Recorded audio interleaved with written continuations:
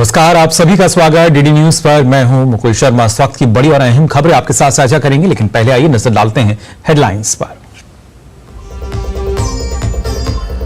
मौनी अमावस्या पर संगम के घाटों पर 3.5 करोड़ से ज्यादा श्रद्धालुओं ने अब तक किया स्नान। योगी आदित्यनाथ ने अफवाह न फैलाने की अपील, कहा समीप के घाट पर करें स्नान।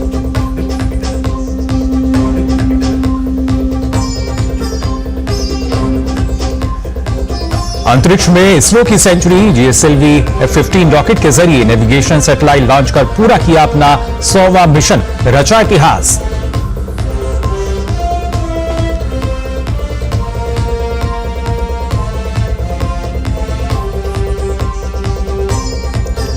दिल्ली में चुनाव प्रचार का आखिरी हफ्ता। पीएम मोदी भाजपा की जीत के लिए भरेंगे हुंकार। कांग्रेस जारी करेगी अपना घोषणा पत्र।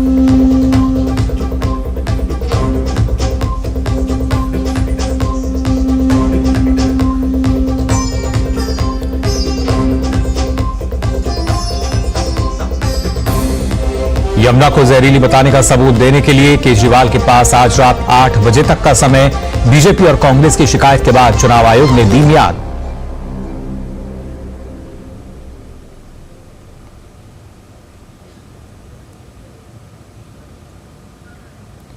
और वफ पर बनी जेपीसी आज अडॉप्ट करेगी 656 पन्नों की अपनी रिपोर्ट। संशोधित विधेयक की समीक्षा रिपोर्ट को भी समिति के सामने किया जाएगा पेश।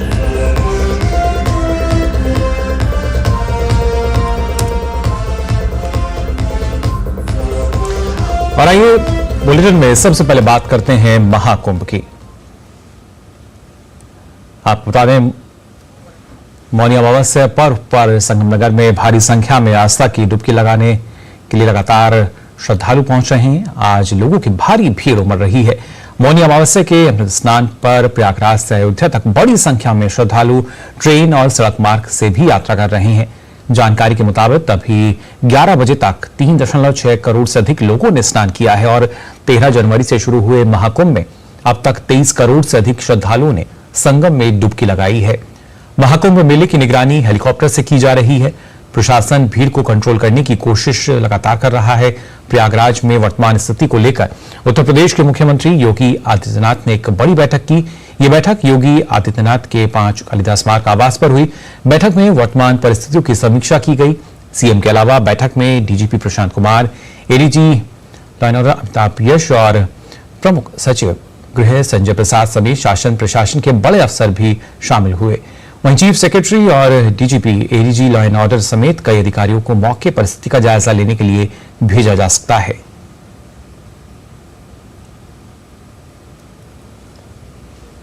मौनी अमावस्या के पावन स्नान पर्व पर संगम में पवित्र डुबकी लगाने पहुंचे श्रद्धालुओं से मुख्यमंत्री योगी आदित्यनाथ सहित प्रमुख संतों ने अपील की है।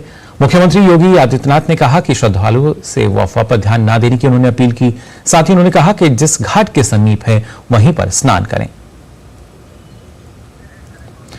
और खासतौर से लगातार जिस तरीके से कहीं ना कहीं एक भगदड़ जैसी जो स्थिति थी वो देखने को मिली थी, लेकिन उसके बाद अब जो स्थिति है पूरी तरीके से नियंत्रण में।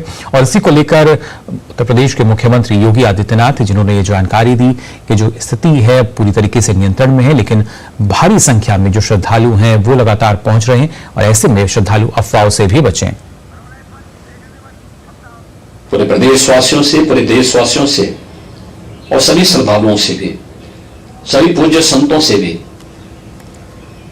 कि अफवाह पर कोई ध्यान न दे, संयम से काम ले। ये सब आयोजन सभी लोगों का है। प्रशासन उनकी सेवा के लिए पूरी तत्परता के साथ लगा हुआ है। केंद्र और राज्य सरकार पूरी मजबूती के साथ वहां पर हर प्रकार का सहयोग करने के लिए तत्पर है। लेकिन कोई किसी अफवाह पे ध्यान न दे। कोई भी व्यक्ति नकारात्मक अफवाह फैलाने का प्रयास करेगा, उस प्रकार से नुकसान हो सकता है। और जहां पर हैं आप, लगभग 15 से 20 किलोमीटर के दायरे में अस्थायी घाट बनाए गए हैं, उसमें कहीं भी वे स्नान कर सकते हैं। साथ ही उन्होंने कहा कि प्रधानमंत्री मोदी महाकुंभ की स्थिति की लगातार निगरानी कर रहे हैं। उन्होंने मुख्यमंत्री योगी आदित्यनाथ से 4 बार बात कर स्थिति की जानकारी ली है। अमृत स्नान के लिए देश भर से आए हुए श्रद्धालुजनों की व्यवस्था के लिए, उनके कुशल क्षेम के लिए आदरणीय प्रधानमंत्री जी का प्रातःकाल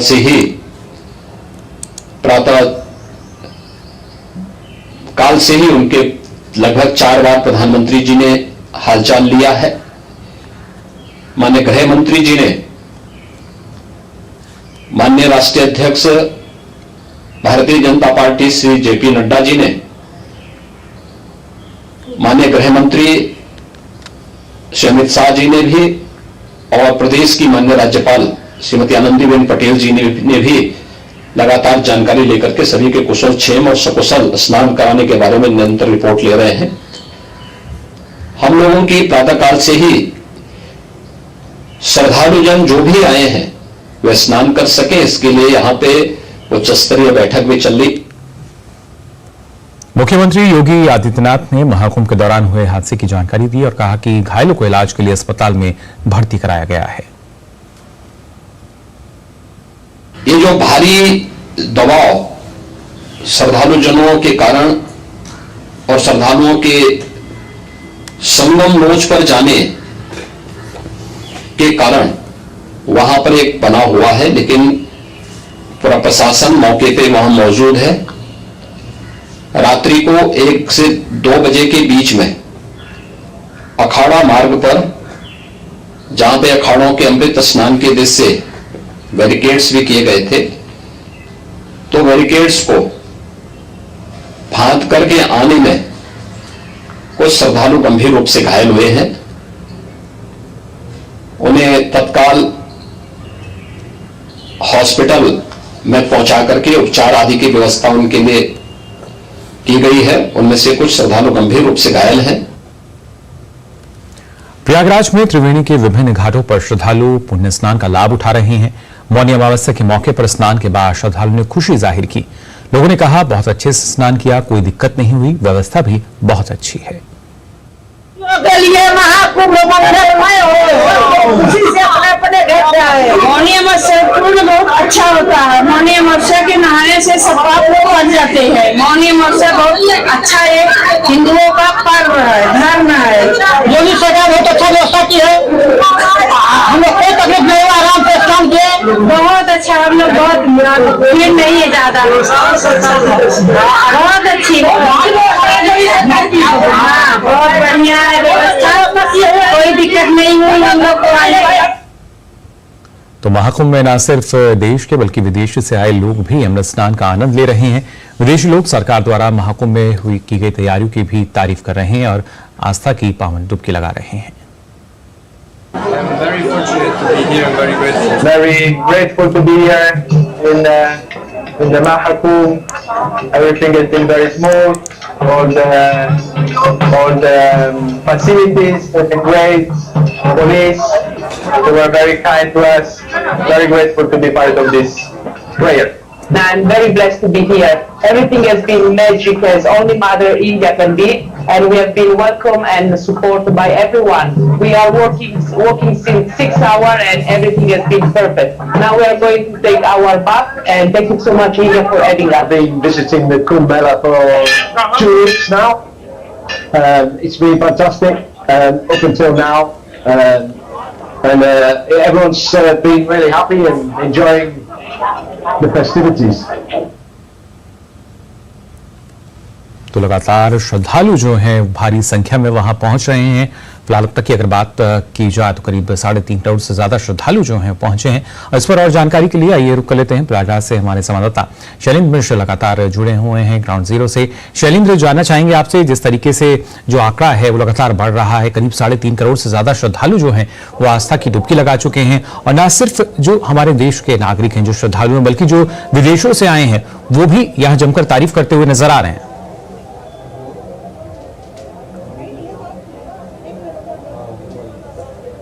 देखिए मुकुल, इस वक्त मैं खड़ा हूँ उसी संगम नोट पर, संगम द्वार पर, जहां पर एक तरफ मीडिया का हुजूम है अमृत स्नान के तस्वीरें लेने के लिए जब अखाड़े के संत आएंगे, और दूसरी तरफ आप देखें श्रद्धालुओं का रेला वो यहाँ पर दिखाई दे रहा है। दो खास यहाँ पर श्रद्धालु हमारे साथ है। आप लोग कहाँ से आए? राजस्थान से आए। स्नान कर लिया? जी सर। कैसी व्यवस्था लगी आपको? योगी और मोदी जी ने बहुत अच्छे से व्यवस्था की हुई है। सभी भक्त जो भी श्रद्धालु है बहुत शांतिपूर्वक स्नान करके शाही स्नान का पर्व का आनंद ले रहे हैं। ये बताइए, आप इससे पहले भी तुम आई होंगी, अब आई है तो कैसा लग रहा है? अच्छा लग रहा है सर, अब बहुत ही अच्छा है, पूरा सुरक्षित है। बहुत लोगों ने इतनी भीड़ है, इतना अच्छा नहीं हो पा रहा। वो ऐसा कुछ नहीं, हम आराम से नहाए, आराम से आए हैं। देखो कहीं भीड़ में हम आते हैं। देखिए कहा जा रहा था सोशल मीडिया पर जिस तरह की अफवाहें फैलाई जा रही थी वैसा नहीं है। भीड़ तो निश्चित तौर पर है। देखिए बहुत भीड़ है। अब हमारे पीछे देखिए, हमारा कैमरामैन दिखाए कि वो पूरा का पूरा एक रेला निकल रहा है। आप देखें वो संगम तट पर जा रहा है स्नान के लिए, और तमाम आप देखें बड़ी संख्या में यहाँ पर लोग, थोड़ा सा आप लोग हट जाए जिससे हम हमारे कैमरामैन दिखा पाए कि किस तरह से भीड़ है। आप देखिए यहाँ लोग संगम तट की ओर जा रहे हैं, त्रिवेणी की ओर जा रहे हैं, मौनी अमावस्या को स्नान करने के लिए जा रहे हैं, लेकिन पूरी तरह से सुचारू तौर पर, सामान्य तौर पर जो स्नान है वो हो रहा है। व्यवस्था पूरी तरह से नियंत्रित है, तो किसी तरह की घबराने वाली कोई बात नहीं है। सोशल मीडिया पर या तमाम मीडिया पर आप अफवाहों पर ध्यान न दें। यहाँ पर ग्राउंड जीरो पर इस वक्त मैं मौजूद हूँ। तमाम लोगों से बात करके उनके अनुभव को भी आपको बता रहा हूँ। ये जरूर है कि रात को अप्रत्याशित भीड़ हो गई थी और थोड़ी चुनौती आई थी प्रशासन के सामने, उसका जिक्र हम सुबह से कर ही रहे हैं। लेकिन इस वक्त पूरी तरह से हालात सामान्य है और लोग एक तरह से स्नान के लिए जा रहे हैं। अपील की जा रही है कि जो लोग स्नान कर चुके हैं वो मेला क्षेत्र से बाहर अपने गंतव्य की ओर चले जाए। और खासतौर से पुलिस प्रशासन का भी ये कहना था कि जो अखाड़ा मार्ग है वो भी पूरी तरीके से तैयार है। जो अखाड़ों को स्नान का जो समय दिया गया था अमृत स्नान का, करीब पहले 11 बजे की बात हो रही थी, किस वक्त वो अमृत स्नान के लिए प्रस्थान करेंगे वहां से?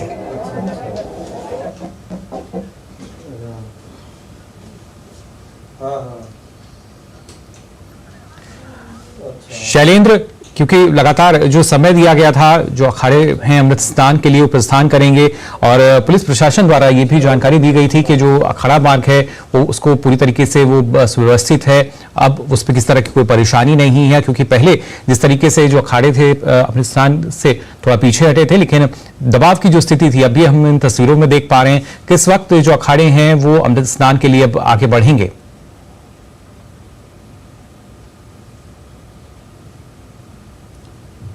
शैलेंद्र, आवाज मिल पा रही है आपको हमारी?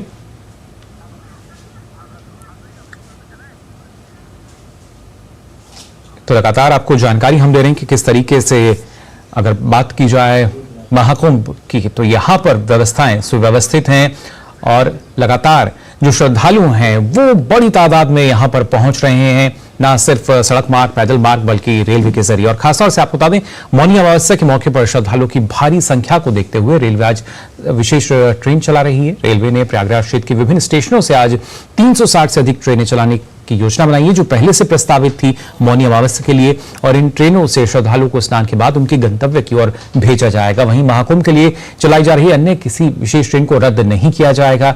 रेल मंत्रालय ने सोशल मीडिया और कुछ न्यूज चैनल पर भ्रामक खबरें दिखाए जाने के बाद ये बात स्पष्ट की। दरअसल कुछ चैनल और सोशल मीडिया कौन स्पेशल ट्रेन डाइवर्ट करने और कैंसिल होने की खबर चला रहे हैं, जिस पर रेल मंत्रालय ने सही जानकारी दी है। वहीं प्रयागराज में विभिन्न स्टेशन पर श्रद्धालु की संख्या बढ़ने के बाद खासतौर से अगर बात की जाए जीआरपी के जो जवान हैं उनको तैनात कर दिया गया है। जवानों की तैनाती जो है वो स्टेशन पर बढ़ा दी गई है, जिससे यात्रियों को, जो श्रद्धालु जो वहां पहुंच रहे हैं, उन्हें किसी तरह की दिक्कत का सामना ना करना पड़े। और हमारे संवाददाता अभिषेक सिंह फिलहाल जुड़ चुके हैं न्यूज रूम से। अभिषेक, आपसे भी जानना चाहेंगे, जिस तरीके से सुव्यवस्थित ढंग से रेलवे ने अपनी जो योजना बनाई थी, ना सिर्फ स्पेशल ट्रेनें बल्कि आज मौनी अमावस्या के दिन भी करीब 360 जो ट्रेनें हैं उनका संचालन किया जाएगा, कितना महत्वपूर्ण कि जिस तरीके से जो तमाम श्रद्धालु वहां पर पहुंच रहे हैं उनको किसी तरह की असुविधा ना हो, उनकी सुविधा का ख्याल रखते हुए जो संचालन है वो सुचारू रूप से किया जा रहा है? महाकुंभ की बात करें तो 13 जनवरी से लेकर 26 फरवरी तक ये पूरा महाकुंभ होना है प्रयागराज के अंदर। भारतीय रेलवे ने इसकी तैयारी जो है तकरीबन साल भर पहले से शुरू कर दी थी। तकरीबन 5000 करोड़ का जो है इन्वेस्टमेंट किया है भारतीय रेलवे ने इस महाकुंभ को लेकर के। आप समझ सकते हैं एक बड़ा इन्वेस्टमेंट भारतीय रेलवे का। और आप महाकुंभ को लेकर के 40 करोड़ श्रद्धालुओं के जो आने की जो उम्मीद जो जताई गई थी उसको लेकर के भारतीय रेलवे ने काफी तैयारी की थी। 13,400 ट्रेनों का संचालन कर रही है इस पूरे महाकुंभ के दौरान भारतीय रेल। और आज मौनी अमावस्या के दिन खास तौर पर 360 जो ट्रेनें हैं उनको पहले से ही शेड्यूल किया गया था कि 360 विशेष ट्रेन जो है अलग अलग देश के अलग अलग गंतव्य के लिए चलाया जाएगा, जो श्रद्धालु यहाँ पर आएंगे और जो श्रद्धालु यहाँ से वापस अपने घर के लिए जाएंगे। तो आप समझ सकते हैं भारतीय रेल की जो तैयारी है वो काफी बड़ी तैयारी है। और मैं आपको ये भी बताना चाहूंगा कि भारतीय रेल ने 22 भाषाओं में पुस्तिका भी जारी किया कि इस पुस्तिका के जरिए जो है जो अन्य भाषा के जो लोग पूरे देश से के कोने कोने से यहाँ पे लोग आ रहे हैं उनके लिए रेलवे की गाइडलाइन जो है, रेलवे का कोई कौन सी ट्रेन क्या व्यवस्था है, इन चीजों को लेकर के भारतीय रेल ने 22 भाषाओं में पुस्तिका का भी जो है उसको भी लॉन्च किया था महाकुंभ से पहले। और रेलवे के जो स्टेशन है प्रयागराज में, इन सभी स्टेशन पर तकरीबन 12 भाषाओं में अनाउंसमेंट भी की जा रही है, लगातार अनाउंसमेंट भी की जा रही है 12 भाषाओं में, अलग अलग भाषाओं में, ताकि यात्रियों को, श्रद्धालुओं को किसी तरीके की कोई दिक्कत ना हो, उनके समझ में आए कहाँ कौन से प्लेटफॉर्म पे जाना है, कौन सी गाड़ी कहाँ पर आ रही है, किस तरह की सुविधा उनको कहाँ पर उपलब्ध होगी। इसके साथ साथ खान पान के जो स्टॉल्स हैं उसको भी अतिरिक्त बढ़ाया गया, क्योंकि श्रद्धालुओं की संख्या बहुत ज्यादा होने वाली पहले से ही अनुमान लगाया जा रहा था महाकुंभ के दौरान, तो ऐसे में खान पान के स्टॉल अतिरिक्त लगाए गए। मेडिकल की सुविधा लगाई गई, मेडिकल की जो सुविधा है लगभग सभी प्लेटफॉर्म पर मेडिकल प्राथमिक चिकित्सा का जो है इसका जो है उपलब्ध कराया गया भारतीय रेलवे की ओर से। इसके साथ साथ आप समझ सकते हैं कि हेल्प डेस्क, हर स्टेशन के अंदर हेल्प डेस्क हो, इन सब चीजों की व्यवस्था की गई अनाउंसमेंट के साथ साथ।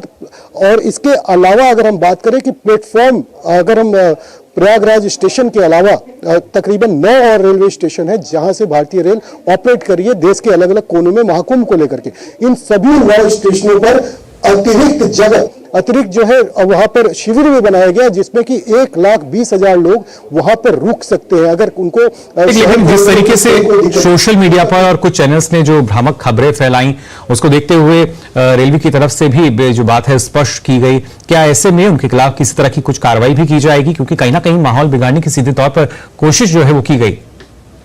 बिल्कुल, देखिए जब इस तरह की कोई घटना हो जाती है तो उसको लेके अफवाहों का बाजार बहुत तेज हो जाता है और बिना किसी पुष्टि के हमने कई बार देखा है कि सोशल मीडिया पे भ्रामक खबरें फैलाई जाती है और उसका जो असर पड़ता है वो सीधे श्रद्धालुओं पर पड़ता है जो कि मोबाइल से कनेक्टेड होते हैं और मोबाइल के जरिए जो है उन खबरों को देख रहे होते हैं। भारतीय रेलवे ने स्पष्ट तौर पे कहा है कि किसी भी तरीके की कोई भी ट्रेन को रद्द नहीं किया गया है, किसी भी ट्रेन को डाइवर्ट नहीं किया गया है, जो पहले से सुनिश्चित किया गया था। जिस तरीके से भारतीय रेलवे का परिचालन, उसी तरीके से भारतीय रेलवे का परिचालन किया जाएगा। जो एसी आरक्षित और अनारक्षित ट्रेनें हैं वो उन प्रयागराज और इसके अलावा जो 9 स्टेशन है वहां से चलाए जाएंगे। किसी भी तरीके की अगर और इसके अंदर एडिशनल कुछ और रेलगाड़ियों को शुरू किया जाएगा उसकी भी सूचना भारतीय रेल देगी। लेकिन फिलहाल जिस तरीके से पहले से भीड़ को देख करके किया गया है वो अभी जारी है। और जहां तक एक्शन की बात है कि जो इस तरह की भ्रामक खबर फैलाने वाले को निश्चित तौर पर उनके ऊपर भी कार्रवाई की जाएगी। मुकुल, बिल्कुल, फिलहाल बहुत बहुत शुक्रिया अभिषेक आपका हमारे साथ जुड़ने के लिए, महत्वपूर्ण अपडेट दर्शकों के साथ साझा करने के लिए। तो लगातार आपको हम बता रहे हैं किस तरीके से महाकुंभ जो अपने आप में दिव्य भव्य है, किस तरीके से आज वहां पर स्थिति बनी हुई है। लगातार श्रद्धालुओं के लिए अलग अलग जो सेवाएं हैं वो लगातार दी जा रही हैं जिससे व्यवस्था जो है वो सुव्यवस्थित रहे। फिलहाल बुलेटिन में हम यार एक छोटे से ब्रेक के लिए जल्द हाजिर होते हैं। जब धरती चीर कर निकलता है लोहे का पत्थर और मिलता है मोंगिया के जोश से, फिर तपता है, पिघलता है और बनता है फौलाद। अब होता है सरिया सारी खूबियों के साथ। मोंगिया स्टील, मजबूत देश का मजबूत सरिया। तो ब्रेक के बाद आप सभी का एक बार फिर स्वागत डीडी न्यूज पर। लगातार हम बात कर रहे हैं महाकुंभ को लेकर, किस तरीके से जो व्यवस्थाएं हैं वो सुव्यवस्थित हैं और जो लगातार श्रद्धालु हैं वो वहां पहुंच रहे हैं। आइए एक बार फिर रुक करते हैं प्रयागराज का ही, जहां से हमारे संवाददाता शैलेंद्र मिश्र लगातार हमारे साथ जुड़े हुए हैं। शैलेंद्र, जानना चाहेंगे आपसे, अगर जो अखाड़े हैं उनके स्नान की बात की जाए, जो हमने स्नान को करना है, क्या अब जो समय है कुछ निर्धारित किया गया है?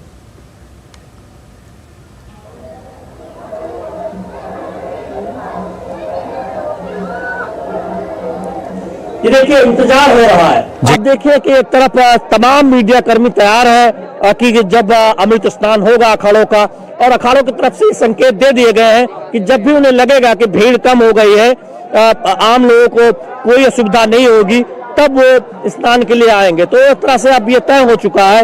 मुख्यमंत्री योगी आदित्यनाथ ने भी इस बात का जिक्र किया है। योगी आदित्यनाथ मुख्यमंत्री उत्तर प्रदेश ने कि अब जो स्थिति है वो पूरी तरह से सामान्य है। भीड़ जरूर है, इसमें कहीं कोई दो राय नहीं। देखिए दिल्ली से ये युवा आए हैं, इन लोगों का अपना अनुभव है, हमसे साझा करेंगे, हम उनसे जानेंगे आप क्या कहना चाहेंगे। स्नान हो गया, कैसा लग रहा है? स्नान बहुत अच्छे से हुआ और यहाँ पर पूरी बहुत अच्छे से व्यवस्था कर रखी है कि अगर आप एक जगह से आ रहे हैं तो सब आ ही रहे हैं लोग, और एक जगह से निकलने का है तो रास्ते भी एकदम क्लियर कर रखे हैं कि अगर आपको इधर से आना है तो इधर से ही आना है। वो अलग बात है कि अगर भगदड़ में आप कुछ लोग हैं जो लांग वांग के आ जा रहे हैं तो वही भगदड़ में उनका हो रहा है। आप कह रहे हैं कि जो कुछ लोग पालन नहीं कर रहे हैं नियमों का। आप अपना अनुभव क्या है? इस वक्त आप स्नान करके आई हैं, कैसा लगा? पहली बार आप तो कुंभ आई होंगी। हाँ जी, ये फर्स्ट टाइम है। हम प्रयागराज आए हैं, हम दिल्ली से आए हैं, अभी हम आए थे और हमारी आज की ट्रेन है। हम सिर्फ आज स्नान के लिए आए थे और यहाँ पे आके हमें बहुत ही अच्छा महसूस हुआ क्योंकि पहली बार हमने ऐसे सब कुछ एक्सपीरियंस करा है, तो ये सब कुछ हमारे लिए नया ही था। यहाँ के लोग भी हमने देखा बहुत ही मिलनसार है और फैसिलिटीज तो बहुत ही ज़्यादा अच्छी है यहाँ पर। अभी जैसे कि अभी हम आए हैं स्नान घाट की तरफ, तो सब कुछ हमें यहाँ से अच्छे वन साइडेड रोड्स है। पुलिस ने बताया होगा कि आप इधर से जाइए, और पुलिस तो बहुत ही हेल्पफुल है। इधर जगह जगह पे थाने भी बने हैं, जैसे एक नागवासी, हमारा कल एक साथी खो गया था तो नागवासु की थाने पर हम गए थे तो वो हमें वहाँ पर मिल गया था। और ऐसे ही अभी हम आ रहे थे तो ऐसे ही बहुत सारे थाने बने हैं और पुलिस जो है अगर हम उनसे कुछ भी पूछ रहे हैं तो वो हमें ही नहीं सभी को डायरेक्शंस बता रही है अच्छे से। तो देखिए इन बच्चों का एक एक्सपीरियंस है, दिल्ली से आए हैं, पहली बार महाकुंभ में आए हैं, इनको एक अनुभव है। और जो उत्तर प्रदेश की पुलिस है उसके बारे में वो बता रहे हैं कि वो कितनी अच्छे तरीके से उन्हें बताती है कि कहाँ से रास्ता है, किधर से जा सकते हैं, सहयोग करती है। देखिए भीड़ में हम ये बात बिल्कुल कहेंगे कि आप देखिए कि जो उम्मीद थी उससे भी ज्यादा भीड़ है इस वक्त। जो भीड़ है वो थोड़ी हो सकता है कि सुबह से थोड़ी कम हो गई हो, इसलिए चूंकि तब बहुत ऐलान कर दिए गए कि संगम क्षेत्र जो त्रिवेणी है उधर ना आए, झूसी की तरफ जाए या फिर नागवासुकी की तरफ जाए, अरेल की तरफ अगर लोग हो वहां आए। हो क्या रहा था रात को कि सब जगह से लोग यही त्रिवेणी की तरफ आना चाह रहे थे, तो बहुत सारे लोग क्षमता से ज्यादा इकट्ठा हो गए थे। तो उस लिहाज से अब तुलनात्मक तौर पर कहें तो भीड़ कम है रात के मुकाबले, लेकिन फिर भी इसका मतलब यह नहीं है। आप देखिए रेला चला आ रहा है, आप देखिए श्रद्धालु यहाँ पर आ रहे हैं लगातार, और ये भीड़ है जो नियंत्रित है, जो पूरी तरह से सामान्य तौर पर हम कह सकते हैं कि पुलिस प्रशासन इन पर नजर रखते हुए और इनको सहयोग करते हुए आगे बढ़ रहा है। श्रद्धालु पूरी तरह से समझ रहे हैं कि उनकी भी ये जिम्मेदारी है कि वो पुलिस प्रशासन के निर्देशों का पालन करें और स्नान के बाद बहुत देर तक रुके ना। इसीलिए हम इन लोगों से बहुत ज्यादा बात नहीं कर रहे हैं, इनसे कह रहे हैं कि आप भी जाइए, आप दूसरों को मौका दीजिए, दूसरों को आप इस महापुण्य को कमाने का मौका दीजिए। मौनी अमावस्या 144 वर्ष बाद वो महामुहूर्त आया है। शायद किसी के जीवन में आप 144 वर्ष का जीवन तो आप सोच नहीं सकते, तो ऐसा मौका जब आया है, जो लोग प्रयागराज आए हैं करोड़ों की संख्या में, उनको ये फायदा लेना चाहिए।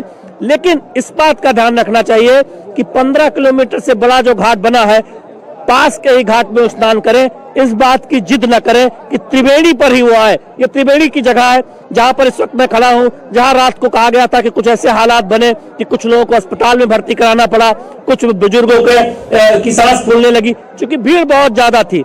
और जब भीड़ इतनी ज्यादा हो जाएगी कि खड़े होने की जगह नहीं होगी, तो जाहिर सी बात है अपील करनी पड़ेगी। और वो अपील सुबह से हो रही है कि आप यहाँ पर स्नान कीजिए और गंतव्य की ओर रवाना हो जाइए, क्योंकि ये मुहूर्त सिर्फ आपके लिए नहीं है, उन करोड़ों सनातन को मानने वालों के लिए है जो यहाँ पर स्नान के लिए आए हैं, जो यहाँ पर पुण्य कमाने के लिए आए हैं, जो प्रयाग के इस एक तरह से तीर्थ स्थल पर, इस तीर्थराज पर आए हैं अपने उस आकांक्षाओं को पूरा करने, अपने उस पुण्य को लेने, जो वर्षों से जिसकी साधना है, जिसकी इंतजार उन्होंने किया था।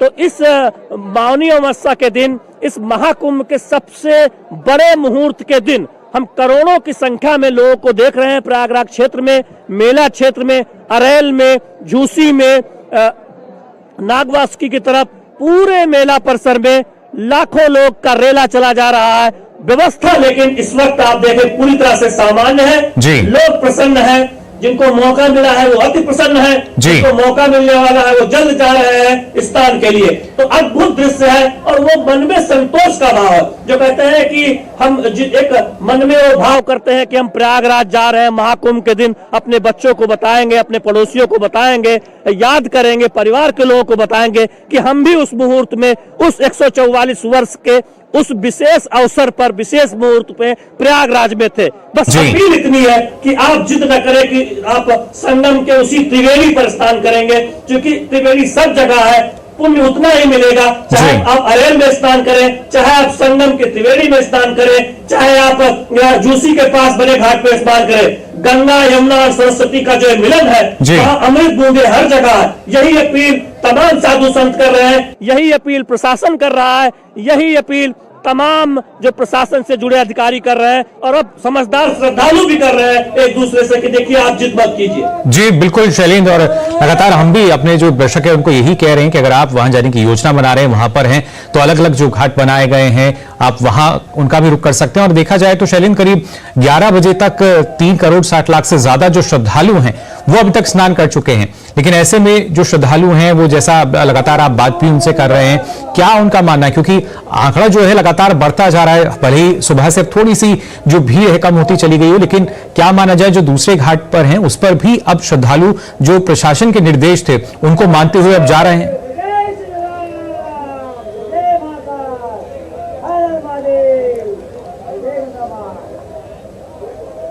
देखिए भीड़ कम नहीं हुई है, रात में अप्रत्याशित भीड़ बहुत ज्यादा थी, क्योंकि लोग वहां से हट नहीं रहे थे, इसलिए जगह नहीं बची थी और अपील करनी पड़ी थी कि आप जहां है वहीं रुके रहे या फिर पास के घाट में स्नान करें। हर कोई संगम त्रिवेणी पर आए ये जरूरी नहीं है, क्योंकि 15 किलोमीटर के घाट बनाए गए हैं, सब जगह पर वही पुण्य मिलेगा।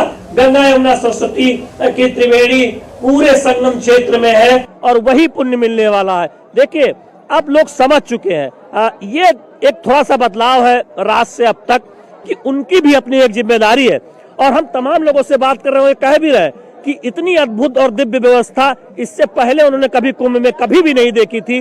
और जो युवा है जो पहली बार आ रहे हैं वो तो आह्लादित हैं, लेकिन जिनको कुंभ का इससे पहले भी प्रयाग या फिर बाकी जगह उज्जैन या जहाँ पर कुंभ का आयोजन होता है, हरिद्वार, वहां जाने का अवसर मिला है, उनका कहना है कि इस बार का जो महाकुंभ है, महाकुंभ 2025, वो अमिट छाप छोड़ेगा, क्योंकि इतनी दिव्य व्यवस्था नहीं की गई, इतनी बड़ी संख्या में लोग आए हैं, वो अपने आप में रिकॉर्ड है। लेकिन लोगों की भी, श्रद्धालुओं की भी जिम्मेदारी है कि वो उस जिम्मेदारी को समझे।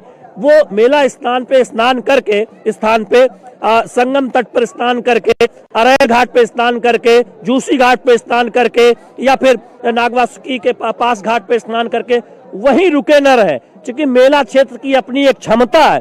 करोड़ों की संख्या में लोग इंतजार में हैं कि वो आज के इस पुण्य मुहूर्त पर अपने जो इच्छा है, जिसकी वजह से वो कुंभ में प्रयाग में आए हैं, वो गंगा माता का त्रिवेणी का स्नान का सौभाग्य पाए, तो उनको भी मौका दीजिए। और ये जिम्मेदारी सिर्फ प्रशासन की नहीं है, इस बात को हम देख रहे हैं कि यहाँ लोग एक दूसरे से बता रहे हैं कि देखिए अब बहुत देर रुकना नहीं है, चलते हैं हम और अगला कोई आएगा। करोड़ों लोग और आना चाहते हैं आज के दिन। आज के बाद भी बसंत पंचमी में अमृत स्नान होना है, अलग अलग मुहूर्त है। आप देखिए मकर संक्रांति के बाद आज मौनी अमावस्या है, ये बहुत महत्वपूर्ण है। जब हम देख रहे हैं कि लोग समझ रहे हैं, प्रशासन के निर्देशों का पालन कर रहे हैं, पुलिस की अब तारीफ कर रहे हैं कि उन्होंने बहुत अच्छी व्यवस्था बनाई है, अच्छे से लोग बात कर रहे हैं, अच्छे से लोग मार्गदर्शन कर रहे हैं कि उन्हें किधर जाना है, अगर कोई दिक्कत आती है तो उसको सुलझाने का प्रयास कर रहे हैं। जबकि चुनौती बहुत है, ये मैं नहीं कहूंगा, क्योंकि एक दिन में इतने लोग करोड़ों की संख्या में एक साथ आ जाना, और वो निश्चित तौर पर पुलिस प्रशासन इस बात को समझता है, मेला प्राधिकरण इस बात को समझता है। बिल्कुल शैलेंद्र, लेकिन इस चुनौती के बावजूद जिस तरीके से वहां पर प्रबंधन व्यवस्था देखने को मिल रही है, सुव्यवस्थित ढंग से, और जिस तरीके से जो अफवाहें हैं वो फैला दी गई, उसके बावजूद जो स्थिति है वो वाकई अपने आप में काफी सकारात्मक, और यही वजह है जो इस महाकुंभ को और दिव्य और भव्य बना रही है।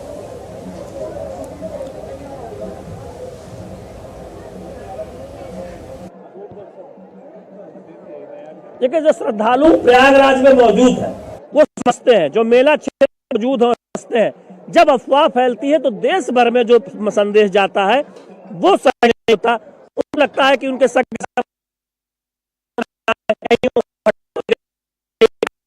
जी तमाम उसमें जी जाहिर तौर पर हर कोई बिल्कुल शैलेंद्र, स्थिति जो है, जो तस्वीरें हैं वो लगातार हम देख पा रहे हैं और अपने आप में वाकई ये जो महाकुंभ है कितना दिव्य है इसका अंदाजा आप लगातार जो आंकड़ा है उससे भी लगा सकते हैं। 11 बजे तक 3 करोड़ 60 लाख से ज्यादा श्रद्धालु जो हैं वो आस्था की डुबकी लगा चुके हैं आज अमृत स्नान के दिन। तो यही दिव्य भव्यता जो है लगातार बनी हुई है, श्रद्धालु लगातार पहुंच रहे हैं। फिलहाल बहुत बहुत शुक्रिया शैलेंद्र आपका हमारे साथ जुड़ने के लिए। और आइए आगे बढ़ते हैं। आपको बता दें गंगा, यमुना और सरस्वती नदियों की पवित्र त्रिवेणी संगम में चल रहे महाकुंभ में 40 करोड़ से अधिक लोगों के आने की उम्मीद है। ये विशाल समागम न केवल धर्म और आध्यात्म के लिहाज से महत्वपूर्ण है, ऐसा भी नहीं है। दरअसल महाकुंभ का मानव समागम न केवल ग्रामीण अर्थव्यवस्था को नवजीवन प्रदान कर रहा है बल्कि राष्ट्रीय अर्थव्यवस्था को भी एक बड़ी मजबूती प्रदान कर रहा है। कैसे बता रहे हैं हमारे सहयोगी शैलेंद्र मिश्र, आइए देख लेते हैं उनकी एक खास रिपोर्ट। हम इस वक्त मौजूद है महाकुंभ 2025 में प्रयागराज में मेला क्षेत्र में। ठीक हमारी बाईं तरफ थोड़ी दूर पर संगम क्षेत्र है, यानी जहां पर आप स्नान कर सकते हैं, घाट है। और ये आप देखें इस वक्त इस जगह पर आप तमाम दुकानें देखेंगे। ये प्रयागराज के मशहूर शिकंजी वाले हैं जो लोगों को शिकंजी पिला रहे हैं। इनसे हम थोड़ा सा बात कर लेते हैं। आपसे शिकंजी बिक रही है आपको? हाँ, बहुत बढ़िया बिक रही है, अच्छी बिकती है। जब अच्छा चीज दे रहे हैं तो बहुत बढ़िया बिक रही है। तो मेला में जो लोग आ रहे हैं तो इस वजह से ज्यादा शिकंजी बिक रही होगी। हाँ। तो इस तरह से आप देखिए कि ये शिकंजी बिक रही है, इनका कहना है। तो आप देखिए अगर हम इधर जाते हैं तो यहाँ पर एक भाई साहब चना बेच रहे हैं। इस तरह से तमाम दुकानें हैं। और बांसुरी वाले तो आप देखते ही हैं कि वो मेला और बांसुरी बेचने वालों का तो लगता है कि बहुत पुराना नाता है। शायद ही भारत में कोई ऐसा मेला होता हो जहां पर आप बांसुरी बिकते हुए नहीं देखते हो। तो ये आप देखिए यहाँ बांसुरी बेच रहे हैं भाई साहब और इनसे भी पूछ लेते हैं। भाई साहब बांसुरी खूब बिक रही है आपकी? आप 2025 से बड़े कैसे लगा? बहुत अति सुंदर, बहुत अच्छा, अरे बहुत अच्छा है। तो इधर देखिए आप जब भी मेला क्षेत्र में आगे बढ़ते हैं तो खाने पीने के सामान तो बिकते ही है। आप देखिए ये प्रसाद बिक रहा है और जो महिलाओं के लिए जो चूड़ियां है या फिर जो माला अक्सर लोग आते हैं जब ऐसे जगहों पर जाते हैं तो वहां पर आप देखें कि बिकता है। वैसे यहाँ कौन है इसका दुकान का जो चला रहा है? आप चला रहे हैं? तो आम तौर पर जो आप कहाँ दुकान करते हैं? प्रयागराज यही के हैं। आम दिनों में अब जब महाकुंभ चल रहा है तो बहुत फर्क है। यहाँ पर योगी सरकार की दया से अब ये हुआ है कि दुकानें लगी है, सब गरीब कमा रहा है, किसी को कोई दिक्कत नहीं है। ये सनी पिज्जा वाले हैं, देखिए वो पिज्जा की दुकान लगाई है जिससे कि जो मेला में श्रद्धालु आते हैं या प्रयागराज के लोग जो मेला टहलने आते हैं उनको गरम गरम पिज्जा खिला सके। और इनकी क्या उम्मीद है महाकुंभ से? बहुत ही उम्मीद है। ये फोन पे का जो डिजिटल पेमेंट है जिसे कहा जा रहा है कि दिव्य महाकुंभ है और इस बार डिजिटल महाकुंभ है, भव्य महाकुंभ है। तो ये जगह जगह दुकानों पर आपको अलग अलग जो डिजिटल ऐप है, भीम ऐप या फोन पे या फिर बाकी जो तरीके हैं गूगल पे, वो सब नजर आएंगे। तो इस तरह से हम देख रहे हैं महाकुंभ 2025 में प्रयागराज में मेला क्षेत्र में जो तमाम दुकानदार हैं, हजारों की संख्या में जो दुकानदार हैं, उनके चेहरे खिले हुए हैं। कैमरामैन एसपी दुबे के साथ शैलेंद्र मिश्र, डीडी न्यूज, प्रयागराज। तो रिपोर्ट आप देख रहे थे। और प्रयागराज में चल रहे महाकुंभ में श्रद्धालु की भारी भीड़ लगातार उमड़ रही है। ऐसे में यहाँ लोग एक दूसरे से बिछड़ ना जाएं, इसके लिए भी राज्य सरकार ने खोया पाया केंद्र के जरिए प्रौद्योगिकी से लैस एक बेहतरीन व्यवस्था बनाई है। महाकुंभ मेले में आने वाले लोग अब बिना किसी चिंता के धार्मिक अनुष्ठानों में हिस्सा ले सकते हैं। ये केंद्र आपातकालीन नंबरों के माध्यम से किस प्रकार लोगों को उनके परिवारों से मिलाने में मदद कर रहा है, आइए देख लेते हैं शैलेंद्र मिश्र की एक और खास रिपोर्ट। बचपन में आपने कई कहानियां सुनी होगी कि कुंभ के मेले में लोग खो जाते हैं, वर्षों बाद मिलते हैं। तमाम फिल्में भी इस पर बनी है। अब खोया पाया जो विभाग है वो पहले से बहुत हाईटेक हो चुका है, चूंकि तकनीक का जमाना है। मेले में लोग अब भी खोते हैं लेकिन अक्सर मिल जाते हैं, चूंकि मोबाइल का जमाना है और तमाम तकनीक है। और खोया पाया विभाग तकनीक से लैस है महाकुंभ प्रयाग मेले में। ये हमारे साथ देखिए सीतामढ़ी से आए हैं, क्या नाम है आपका? रामचंद्र मंडल। रामचंद्र मंडल, जो खो गए थे फिर ये मेला के पास आया। बताइए कि जब आप खो गए तो आपको कैसे पता चला कि यहाँ जाना है, फिर आपने क्या कराया? हम यहाँ आकर के इलाज करवाए हैं। हाँ इलाज क्या आपको बताया किसी ने कि यहाँ खोया पाया विभाग है, आप जाके अनाउंस करा दीजिए? हाँ बोला है। तो फिर जब इन्होंने अनाउंस कराया तो आपने कैसे, आपको सुन लिया? कहाँ थे आप जब अनाउंस हो रहा था? हम पूछते पूछते आए हैं खोया पाया स्थान पर जी। लेकिन भगवान के दया मिल गए। तो इस तरह की जो व्यवस्था की गई उस पर क्या कहना है आपको? धन्यवाद है सरकार को जो बहुत अच्छा किया। ये देखिए आप इधर देखें, हमारा कैमरामैन दिखा है कि तमाम लोग वो पंजीकरण करा रहे हैं, कोई अनाउंसमेंट करा रहा है, कोई अपने जो सगे संबंधियों से यहाँ मुलाकात कर पा रहा है जो खो गए थे आसपास।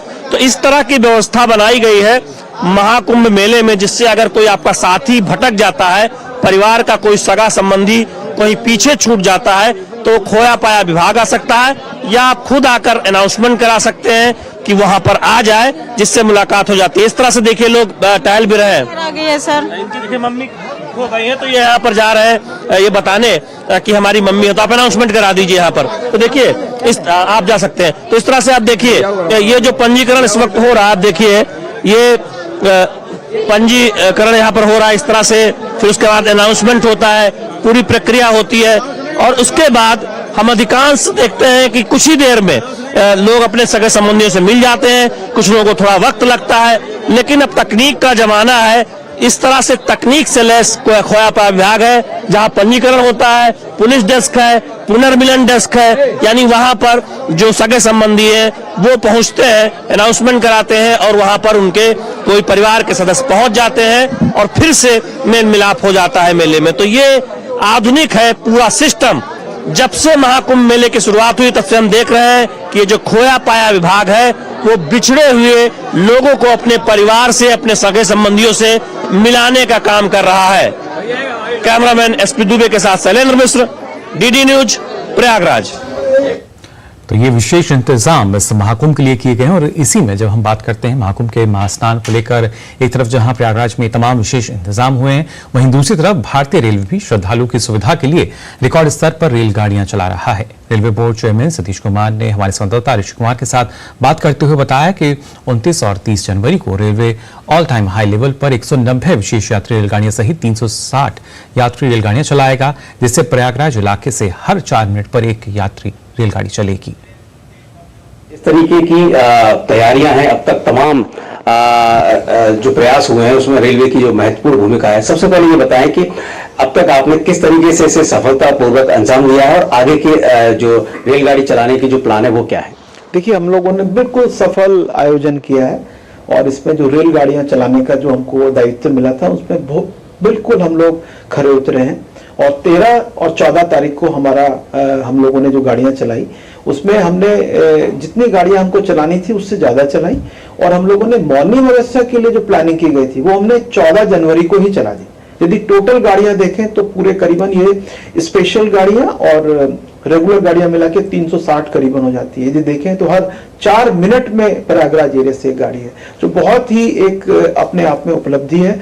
और हम लोग हमारे सारे जो टीम जो कुंभ के लिए जो टीम लगी हुई है वो इसको मॉनिटर कर रही है और पल पल कंट्रोल रूम से और हमारे जो डीआरएम्स हैं, जो तीनों डिविजन्स के जो डीआरएम्स हैं, डीआरएम लखनऊ और डीआरएम बनारस, वो वहीं पर है और D-1 से D+2 की डेट में और एक अच्छा कोऑर्डिनेशन स्टेट गवर्नमेंट के साथ चल रहा है। जी, एक और महत्वपूर्ण कार्य है जो रेलवे की तरफ से इस बार देखा जा रहा है कि यात्रियों के साथ काफी समन्वय है। अगर किसी को कोई परेशानी है, उनकी सुरक्षा से लेकर उनको प्लेटफॉर्म तक पहुंचाने, उसको किस तरीके से आप लोग करें? देखिए, हमारे जो आरपीएफ के स्टाफ हैं और जो हमारे बाकी हम लोगों ने श्रमसेवी संगठनों से जो हम लोगों ने पूरी टीम काम कर रही है और यात्रियों को जो हमारे बुजुर्ग हैं और जो चलने में जिनको दिक्कत है, जब उनको हम ट्रेन तक बैठा के आते हैं तो वो एक ऐसे आनंद की अनुभूति करता है कि इतने भीड़ भीड़, इतने जो कुंभ का जो एरिया है उसमें भी जो ऐसी रेलवे ने जो एक सुविधा दी है और यात्रियों को बिल्कुल उनके घर तक पहुंचाते हैं हम लोग, तो एक बहुत ही एक रेलवे का बहुत बड़ा योगदान है। और हम लोग इसी प्रयास से सभी लोग, हमारी टीम, रेलवे मंत्रालय की जो टीम लगी हुई है, हम आशा करते हैं कि हम लोग सभी लोगों की आशाओं पर बिल्कुल खरे उतरेंगे, यही मेरी कामना है। जी, शुक्रिया सर। तो हमने बात की रेलवे बोर्ड चेयरमैन जो कह रहे हैं कि इस बार न सिर्फ रेलगाड़ियों के माध्यम से बल्कि यात्रियों की जो अन्य सुविधाएं हैं, उनकी सुरक्षा और उनके अन्य पहलुओं पर भी रेलवे काम कर रहा है। कैमरामैन ऋषिवर्धन के साथ ऋषि कुमार, डीडी न्यूज, दिल्ली। तो विशेष इंतजाम इस विशेष अवसर के लिए, महाकुंभ के लिए, जो कि लगातार पूरी तरीके से सुव्यवस्थित होते हुए नजर आ रहे हैं। फिलहाल बुलेटिन में हम यहाँ रुक रहे हैं छोटे से ब्रेक के लिए।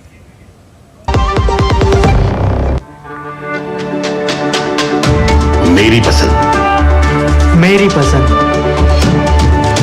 मेरी पसंद, मेरी पसंद, हमारी पसंद, हम सबकी पसंद। मजबूत देश का मजबूत सरिया मोंगिया स्टील। ब्रेक के बाद आप सभी का एक बार फिर स्वागत। डीडी न्यूज पर आइए खबरों में आगे बढ़ते हैं, बात करते हैं इसरो की। जी हां, भारतीय अंतरिक्ष एवं अनुसंधान संगठन ने ऐतिहासिक सेंचुरी लगाई है। इसरो के 100वें मिशन के तहत इसरो श्रीहरिकोटा के अंतरिक्ष केंद्र से जीएसएलवी रॉकेट के जरिए नेविगेशन उपग्रह का प्रक्षेपण सफल हुआ। ये इसरो के अध्यक्ष वी नारायण के नेतृत्व में पहला मिशन होगा। आज भारतीय समयानुसार सुबह 6:23 पर जीएसएलवी F-15 रॉकेट से NVS-2 नेविगेशन उपग्रह को आंध्र प्रदेश के श्रीहरिकोटा के सतीश धवन अंतरिक्ष केंद्र से सफल लॉन्च किया गया। NVS-02 उपग्रह 2250 किलोग्राम का है, जो कि स्वदेशी navigation with Indian constellation system को बढ़ाने के लिए डिजाइन किया गया है। उपग्रह को जियो सिक्वेंस ट्रांसफर ऑर्बिट में स्थापित किया जाएगा। इसमें L1, L5 और S बैंड में उन्नत नेविगेशन पेलोड के साथ C बैंड रेजिंग क्षमता भी होगी। Navigation with Indian constellation Bharat की स्वतंत्र क्षेत्रीय नेविगेशन उपग्रह प्रणाली है और इस प्रक्षेपण से भारत की स्वतंत्र नेविगेशन क्षमताओं को मजबूती मिलेगी। साथ ही ये प्रक्षेपण भारत की अंतरिक्ष क्षमताओं में कई महत्वपूर्ण तकनीकी प्रगति को भी दर्शाता है। Extremely happy to announce from the spaceport of ISRO that the first launch of this year 2025 has been successfully accomplished, with GSLV F-15 launch vehicle precisely injecting the navigation satellite NVS-02 in the required intended orbit. This mission is the 100th launch from our launch pads, which is very significant milestone of India. Our space program was conceived and started by visionary leader Professor Vikram Sarabhai and taken forward by generations of leaders. We have 4 operational launch vehicles: PSLV, GSLV, LVM-3 and SSLV. Today's mission was the 17th launch of GSLV with the 11th indigenous cryogenic stage. In this mission, the data has come. All the vehicle systems have performed as expected and the satellite is injected with very minimal level of dispersion. तो इसरो की इस अंतरिक्ष यात्रा के जो महत्वपूर्ण पड़ाव रहे हैं वो भी आइए आपको बता देते हैं। किस तरीके से 1962 में की शुरुआत के बाद 1962 में अंतरिक्ष अनुसंधान के लिए R.K. रामानाथन भारतीय राष्ट्रीय समिति का गठन किया गया। ये तमाम ऐतिहासिक पड़ाव जब शुरुआत हुई और भारत के अंतरिक्ष कार्यक्रम के जनक विक्रम साराभाई के मार्गदर्शन में इसकी शुरुआत की गई।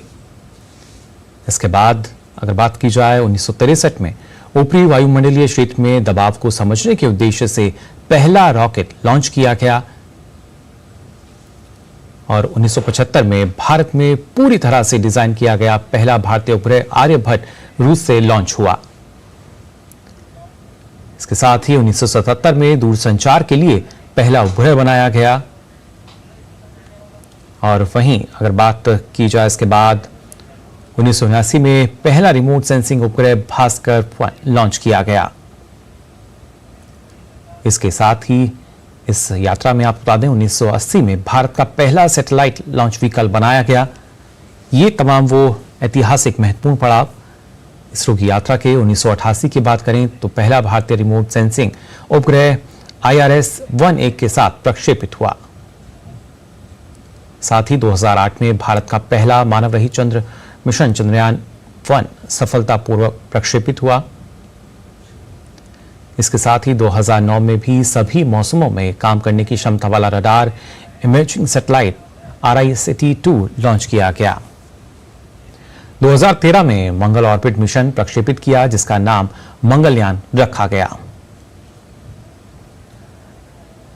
और खासतौर से 2017 में इसरो ने एक लॉन्चर से 104 उपग्रह प्रक्षेपित करने का रिकॉर्ड भी बनाया। इसके साथ साथ 2019 में चंद्रयान-2 चंद्रमा के दक्षिणी ध्रुवीय क्षेत्र पर सॉफ्ट लैंडिंग करने वाले पहले अंतरिक्ष मिशन के रूप में लॉन्च हुआ। और 2023 में इसरो ने चंद्रयान-3 के सफल प्रक्षेपण के साथ एक और महत्वपूर्ण उपलब्धि हासिल की। 2024 में इसरो ने स्पेडेक्स यानी space docking experiment mission launch किया। और ये मिशन की अगर बात की जाए तो जनवरी 2025 में इसरो ने अपना स्पेस डॉकिंग एक्सपेरिमेंट स्पेडेक्स जो है सफलतापूर्वक पूरा भी किया।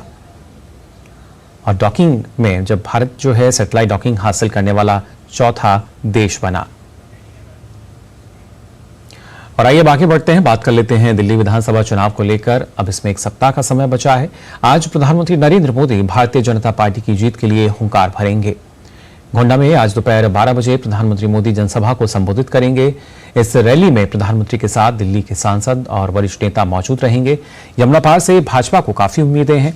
पिछले विधानसभा चुनाव में यमुना पार में भाजपा 5 सीट जीती थी।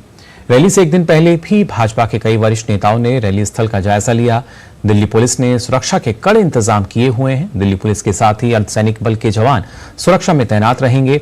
रैली के दौरान रूट डाइवर्ट रहेगा। इससे पहले 3 जनवरी को पीएम मोदी ने रोहिणी में भाजपा के दिल्ली चुनाव अभियान की शुरुआत की थी। तब उन्होंने कहा था कि कच्चा चिट्ठा खोला तो आपदा वाले बौखला गए हैं। पीएम मोदी ने आम आदमी पार्टी को आपदा कहते हुए कहा था कि दिल्ली की आप सरकार के पास ना कोई विजन है, ना दिल्ली वालों की परवाह है। पीएम मोदी ने राजधानी में 12,200 करोड़ रुपए से ज्यादा की योजनाओं का उद्घाटन शिलान्यास किया था। उन्होंने दिल्ली गाजियाबाद मेरठ नमो भारत कॉरिडोर के साहिबाबाद से न्यू अशोकनगर तक के सेक्शन का भी उद्घाटन किया था। तो दिल्ली में चुनाव प्रचार जोरों पर है। भाजपा, आम आदमी पार्टी और कांग्रेस लगातार चुनाव प्रचार कर रही हैं। पीएम मोदी की जनसभा के अलावा भाजपा के कई अन्य नेता आज जनसभाओं को संबोधित करेंगे। असम के मुख्यमंत्री हिमंता बिस्वा शर्मा उत्तम नगर और करोल बाग में जनसभाओं को संबोधित करेंगे। उत्तराखंड के मुख्यमंत्री पुष्कर सिंह धामी नजफगढ़, बदरपुर, कालकाजी और ग्रेटर कैलाश में जनसभाएं करेंगे। तो वहीं केंद्रीय मंत्री नितिन गडकरी मटियाला और विकासपुरी में रैलियां करेंगे। केंद्रीय मंत्री मनोहर लाल की चुनावी सभाएं मोतीनगर, आरकेपुरम और मेहरौली में होंगी। महाराष्ट्र के मुख्यमंत्री देवेंद्र फडणवीस आज रोहिणी में जनसभा करेंगे। आम आदमी पार्टी के राष्ट्रीय संयोजक और पूर्व मुख्यमंत्री अरविंद केजरीवाल आज शाम बादली और तिमारपुर विधानसभा क्षेत्र में जनसभाएं करेंगे। पंजाब के मुख्यमंत्री भगवंत मान राजौरी गार्डन, तिलक नगर और विकासपुरी में रोड शो करेंगे। इस बीच कांग्रेस के वरिष्ठ नेता जयराम रमेश और देवेंद्र यादव का आज पार्टी का चुनावी घोषणा पत्र जारी करने का कार्यक्रम है। वरिष्ठ कांग्रेस नेता राहुल गांधी के बवाना में जनसभा को वो भी आज संबोधित कर सकते हैं। निर्वाचन आयोग ने भारतीय जनता पार्टी और कांग्रेस की शिकायत पर आम आदमी पार्टी संयोजक अरविंद केजरीवाल को नोटिस जारी किया है। अरविंद केजरीवाल ने एक साक्षात्कार में हरियाणा सरकार द्वारा यमुना नदी को जहरीला बनाने का आरोप लगाया था। आयोग ने केजरीवाल को आज रात 8 बजे तक पुख्ता प्रमाणों के साथ अपना जवाब दाखिल करने को कहा है। आयोग ने कहा कि दिल्ली जल बोर्ड की रिपोर्ट में यमुना जल को जहरीला बनाने का कोई उल्लेख नहीं है। आयोग ने कहा कि पानी में जहर मिलाने के आरोपों का तथ्यात्मक आधार होना चाहिए। आयोग ने यह भी कहा कि ऐसे आरोपों से क्षेत्रीय समूह और पड़ोसी राज्यों के निवासियों के बीच शत्रुता हो सकती है। पानी की कमी की आशंका के कानून व्यवस्था की स्थिति को भी नुकसान पहुंच सकता है। वक्फ संशोधन बिल पर बनी जेपीसी की रिपोर्ट पढ़कर अब 656 पन्नों की हो चुकी है। समिति के अध्यक्ष जगदम्बिका पाल ने कहा कि ये रिपोर्ट समिति के सभी सदस्यों को दे दी गई है, जिसे आज जेपीसी अडॉप्ट करेगी। क्लॉज बाय क्लॉज चर्चा के बाद जो अमेंडमेंट बिल समिति ने रिवाइज किया है उसे भी जेपीसी के सामने आज प्रस्तुत किया जाएगा। आगामी बजट सत्र में ये समिति अपनी रिपोर्ट स्पीकर के सामने पेश करेगी। आज हमने जो जेपीसी की रिपोर्ट 509 पेजेस की तैयार की थी और अब वो 606 पेजेस की हो गई है, वो हमने सभी सदस्यों को सर्कुलेट कर दिया है। आज ज्वाइंट पार्लियामेंट्री कमेटी की जितने डिलिब्रेशंस हुए और उसके आधार पर जो रिपोर्ट तैयार हुई, आज उसको फाइनली हम अडॉप्ट करेगी हमारी कमेटी जेपीसी। और जो उस दिन क्लॉज बाय क्लॉज उनमें संशोधन था और जिसको फिर जेपीसी ने वोटिंग और बहुमत के आधार पर अडॉप्ट किया था, वो रिवाइज बिल को भी आज हम उसको जेपीसी के समक्ष रखेंगे। और आइए नजर डालते हैं अंतर्राष्ट्रीय खबरों पर भी। भारत ने कड़े शब्दों में बयान जारी कर कनाडा की उस रिपोर्ट को खारिज कर दिया है जिसमें आरोप लगाया गया है कि भारत सरकार ने कनाडा के चुनाव में हस्तक्षेप किया है। विदेश मंत्रालय ने कहा कि दरअसल कनाडा ही है जो लगातार भारत के आंतरिक मामलों में हस्तक्षेप कर रहा है। विदेश मंत्रालय ने बयान जारी कर कहा कि हमने कथित हस्तक्षेप पर कथित गतिविधियों के बारे में एक रिपोर्ट देखी है। दरअसल कनाडा ही है जो लगातार भारत के आंतरिक मामलों में हस्तक्षेप करता रहा है। इसने अवैध प्रवास और संगठित आपराधिक गतिविधियों के लिए माहौल भी बनाया है। साथ ही हम भारत पर रिपोर्ट के आक्षेप को खारिज करते हैं और उम्मीद करते हैं कि अवैध प्रवास को सक्षम करने वाली सहायता प्रणाली को आगे और बढ़ावा नहीं दिया जाएगा। कनाडाई आयोग की रिपोर्ट में आरोप लगाया गया है कि चीन के बाद भारत भी कनाडा की चुनाव प्रक्रिया में हस्तक्षेप करने में सक्रिय है। और वहीं अमेरिकी राष्ट्रपति डोनाल्ड ट्रंप द्वारा संघीय सहायता में सैकड़ों अरब डॉलर को रोकने के फैसले पर संघीय अदालत ने अस्थायी रूप से रोक लगा दी है। ट्रंप के संघीय सहायता रोकने के फैसले से सरकार के खिलाफ माहौल बन गया था। इस फैसले से ये आशंका जताई गई थी कि ये उन कार्यक्रमों को बाधित करेगा जो लाखों अमेरिकियों की सेवा करते हैं। मंगलवार शाम 5 बजे इस फैसले के प्रभावी होने से कुछ मिनट पहले फेडरल जज ने ट्रंप के खर्च को रोकने के फैसले पर रोक लगा दी। यूएस डिस्ट्रिक्ट जज लॉरेन अली खान ने एक वकालत समूह द्वारा तर्क दिए जाने के बाद एक अस्थायी रोक लगाई। संघीय अदालत इस मुद्दे पर अगले सोमवार को विचार करेगा। तो फिलहाल के लिए इस बुलेटिन में बस इतना ही, लेकिन देश और दुनिया की तमाम खबरों के लिए आप देखते रहिए डीडी न्यूज। मुझे दीजिए अनुमति। नमस्कार।